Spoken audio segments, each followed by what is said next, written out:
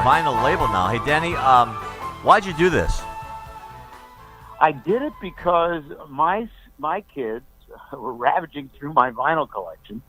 No, I just noticed that, there's a nostalgia factor here. And they started putting out vinyl as sort of like a novelty a few years ago here and there. And people just started collecting them again. And some of us purists swear, and I do too, when they found out that CDs didn't last forever, but vinyl does. Well, that it's just making a comeback. So my vinyl. Sorry, Court. Court and I were talking earlier. The covers was a big deal, and all my vinyls have scratches on them from doing coke on them and rolling joints on them. But my and you're absolutely right. I miss liner notes. Now, you going to have liner notes on these? Yes. As we go forward, I'm going to try and commission new liner notes to be written, in addition to duplicating the originals, because I think that sort of is like a cool thing. The best to look back on it and to have the original. The best liner note I ever saw was on. It might have been Live at the Apollo, but it was about James Brown, and it said at the end of the notes about his career. By the way, he was a very good friend of mine. I got to mention that. Of course. It said he's so far out in front of everybody. ... He's lonely. Hey, Denny, let me ask you this. Now, we've got the vinyl now. Where can people go now? Because now, what are they going to play vinyl on? Because where are they making these more available turntables? Are they coming out again? Where can you go nowadays and get a good turntable? Because turntables are making a comeback. Big comeback. You can buy Best Buy. Thousands and thousands of dollars you could spend on a laser one, but you don't have to do that. Right. The store, believe it or not, a store like Urban Outfitters. Right. Now the front of the store is all vinyl. Yeah. And they now sell turntables. A lot of other people are starting to sell them because you can get a really good turntable for like $100 and some. Really? Now, and you can get them to operate through your computer if you want.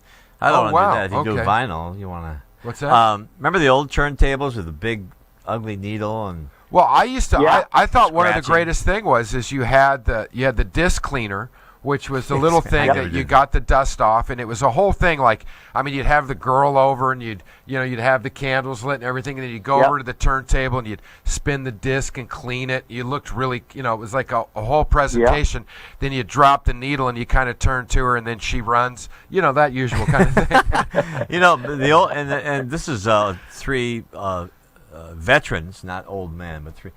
In the old days, you get those vinyl record players that you could put like 4 records on it. And drop stack them. Yeah, stack them down. Do you remember what that little thing was called to put in 45s? God. Do you remember? No, I know what you're talking about. It had a little. Ringo told me. What's it called? Spider. Spider. Yeah.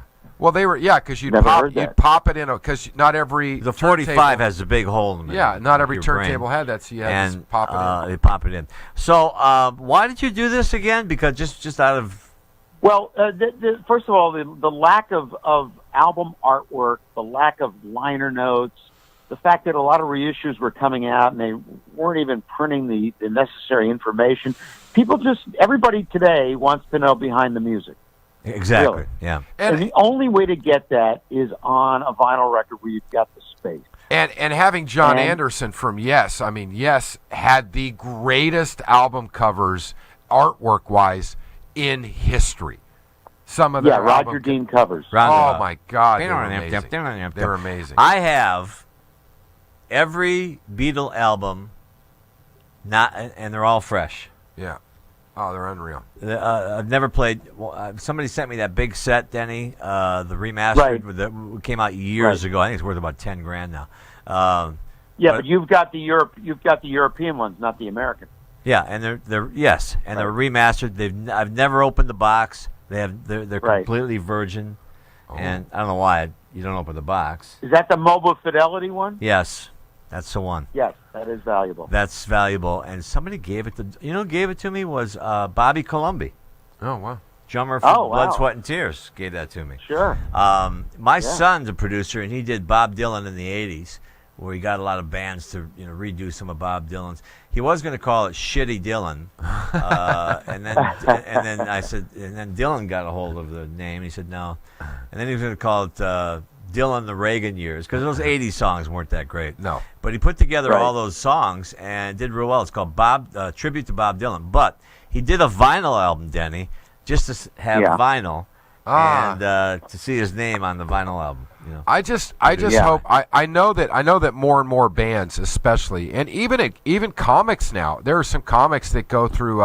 Jonah Ray's a great guy, and they have a vinyl label now that they put comedy out on vinyl. I think I have a Bob and Ray vinyl, and it's amazing because, I remember as a kid, I do stand up. I could not. Cheech and Chong and Richard Pryor. Yep. I bought every album they ever put out. And because of the content, I would have to sit in my house and listen to them on the headphones. And I looked like I had to look like I was crazy because I would just be sitting there laughing hysterically with headphones on. But if I took it out, my mom would just kill me. Denny Somack is our guest. I loved Bob and Ray. For some reason, they were so good. We're the new Bob and Ray. Well, comedy albums used to be very big. If you remember, Bob Newhart had old albums. And so did Bill Cosby, believe it or not. I'm sorry, who? Yeah. The Bob Newhart album, where he did the phone bit. Yeah. Hello? Yeah. Those are classics. Well, Steve Martin. I mean, are you kidding me? Steve Martin? Pat, here's you guys. I'll give you here's a great trivia question. The worst-selling vinyl album, there's two. The two worst-selling vinyl albums of all time. When they say, you hear the phrase, it shipped 1 million and came back 1,000,001. Okay? Oh, wow. You know what the two worst vinyl albums of all time are? Well, I'm gonna guess that one of the bands selling, not worst sounding, worst selling. Selling. I'm gonna guess that one of the bands is in Vegas now, right? No. No, they're not bands. Oh, Neither comedy. of them is a band. Oh. One's comedy and one's something else. Can't be Von Mater, can it? No, that was a big seller. No, Von Meter. Yeah. No. Oh, I gotta know. What are they? McCowan. Well, live. Number one. Yeah. Number one. You ready for this? Yeah. And I think it was Neil Bogart who came up with this idea. I love Neil. The best moments of the Tonight Show with Johnny Carson on Casablanca Records, 2-record set. They shipped his gold just so he could present a gold record to Johnny Carson on the Tonight Show, and it got bootleg, counterfeit. It came back more than they shipped. Wow. Nobody bought that. That's surprising. Well, The second one was the idea of Ronald Luxemburg, who was running Infinity Records at the time in the 70s, and saw that this guy was coming to America and found out he had an album and decided to press 1 million copies up front, which just back in the old days, if you... Unheard of. You would do that. The Pope's album. Pokes? The Pope, what's his... The Pope, the one that came to America in Pope John Paul? And he had jackets printed up, the Pope on tour, and they were so convinced they were going to sell. Right.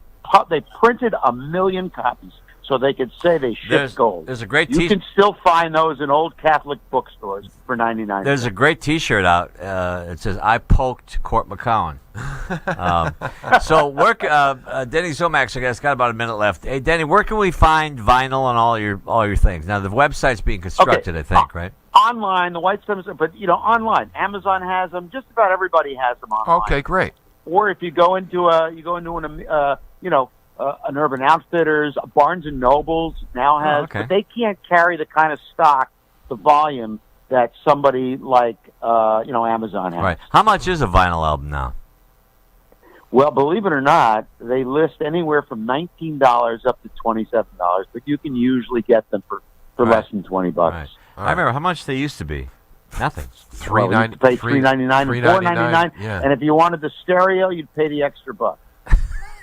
I thought it was outrageous when you had to pay $9.99 for a double album. Thank God I do remember that. Yeah. My son Sean is 29, and he just is so jealous that we grew up in that age. Hey, Denny Somack, we'll promote this. I love you. I'm glad you came on. You're always so good and current. Yeah. And it's great. Love it, Denny. Thanks, so buddy. good luck with it. Anytime. Thanks for having me on, guys, and I look forward to talking to you again. All right, there he goes, Denny Somack, who's got this new label, Vinyl. We'll be back in a second.